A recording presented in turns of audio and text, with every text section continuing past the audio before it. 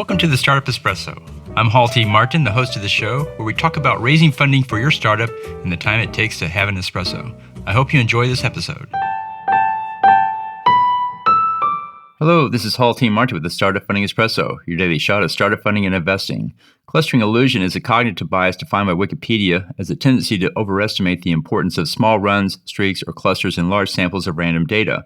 That is, seeing phantom patterns. Investors will see a few deals in a space exit and consider it a hot spot for success when in the big picture, the sector is no better than any other. Sectors rotate in and out of favor based on investors' interest in funding that sector. When a few startups in the sector raise funding, investors often consider the sector a good area to invest in. After only a handful of deals receive investing interest, other investors will then flock to the sector to find more deals to invest in. In analyzing the field of startups, it's often the case that that sector is no better than any other sector for investment. They're looking for patterns where none exist. To overcome the clustering illusion, use data analysis to statistically analyze the data. This will tell you if there's a real pattern, only the appearance of one. Thank you for joining us for the Startup Funding Espresso, where we help startups and investors connect for funding. Let's go start something today.